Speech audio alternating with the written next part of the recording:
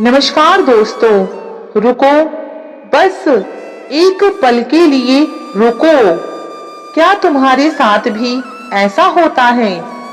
तुम कुछ पाने की प्रार्थना करते हो, लेकिन जो मिलता है उससे तुम संतुष्ट नहीं होते।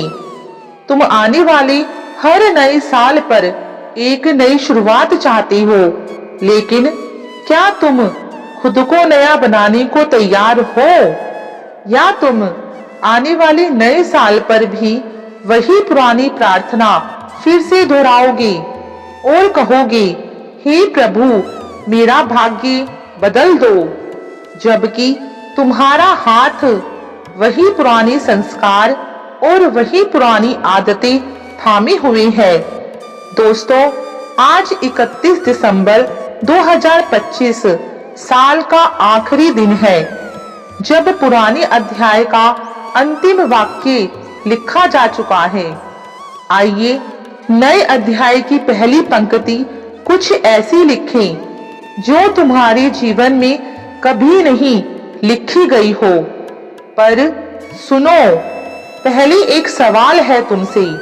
क्या तुमने सच में ऐसा महसूस किया है कि तुम जो चाहते हो वो नहीं मिलता, और जो मिलता है उसमें तुम्हारा मन नहीं लगता? ऐसा क्यों? आखिर ऐसा क्यों होता है?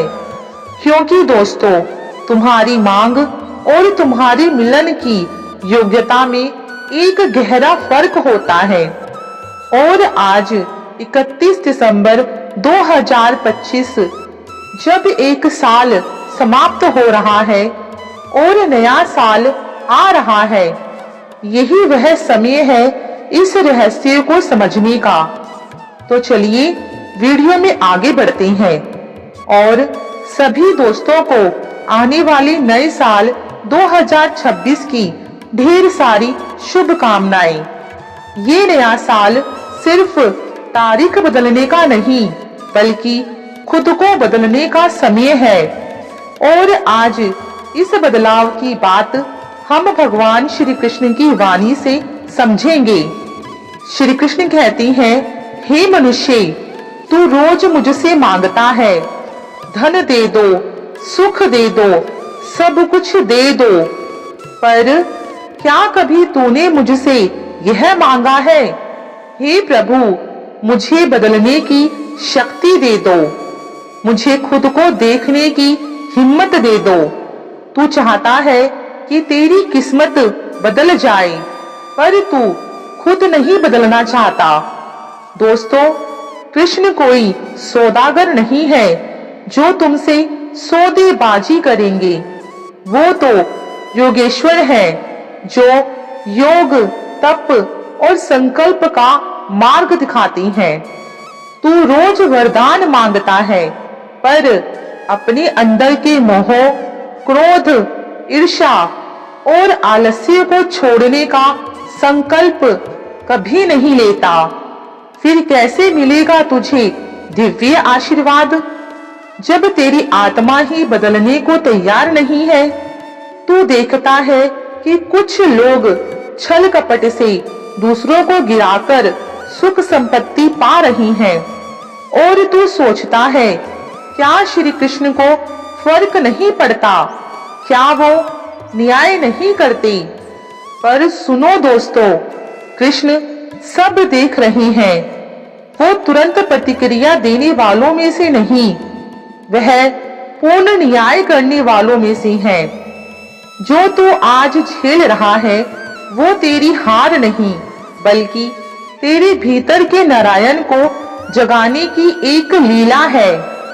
जिसे श्री कृष्ण बनाना चाहती हैं, उसे पहले तोड़ते हैं, तपाते हैं, ताकि असली शक्ति प्रकट हो सके। और जो अन्याय से सुख पा रही हैं, तो समझ लो वो सुख नहीं, बल्कि उनकी आखिरी मोक्ष के पहले की छूट है। जैसे श्री कृष्ण गीता में कहती हैं, कर्म करो, फल की इच्छा मत करो। जिंदगी को इतना गंभीर मत बनाओ। क्योंकि यहाँ से जीवित बचकर कोई नहीं गया। और दोस्तों, एक कड़वा सच यह भी है, अगर जिंदगी इतनी सहज होती तो हम रोते हुए इस दुनिया में नहीं आते। और एक मीठा सच यह भी है कि अगर जिंदगी इतनी बुरी होती तो हम दूसरों को यादों में रुलाकर नहीं जाते। जिंदगी बस इतनी सी ही है कि जितना मुस्कुरा सको मुस्कुरा लो। तो मेरे प्यारे दोस्तों, इस नए साल की शुरुआत एक नए संकल्प के साथ करो। श्री कृष्ण से यह ना मांगो कि हे प्रभु मेरा भाग्य बदल दो, बल्कि यह कहो कि हे प्रभु मुझे इतनी शक्ति दो कि मैं अपनी आदतें, अपना स्वभाव, अपना नजरिया बदल सकूं। और याद रखो, श्री कृष्ण तुम्हारे भीतर है। जब तुम खुद को बदलोगे तो तुम्हारी दुनिया अपने आप ही बदल जाएगी। इसलिए मेरे प्यारे दोस्तों, इस 2026 को बदलाव का साल बनाओ। अपने अंदर के अर्जुन को जगाओ और श्री कृष्ण की दिव्य सलाह मानो। आप सभी को फिर से नव वर्ष की अनंत शुभकामनाएं। यह साल आपके लिए आत्म जागरण, आंतरिक शक्ति और असीम आनंद का साल हो। इसी कामना के साथ अब मैं वीडियो का एंड करती हूँ। आज के लिए बस इतना ही। मिलती हूँ आपसे अगली वीडियो में। तब तक अपना ख्याल रखें। जय श्री राधे कृष्णा। सभी को राधे राधे।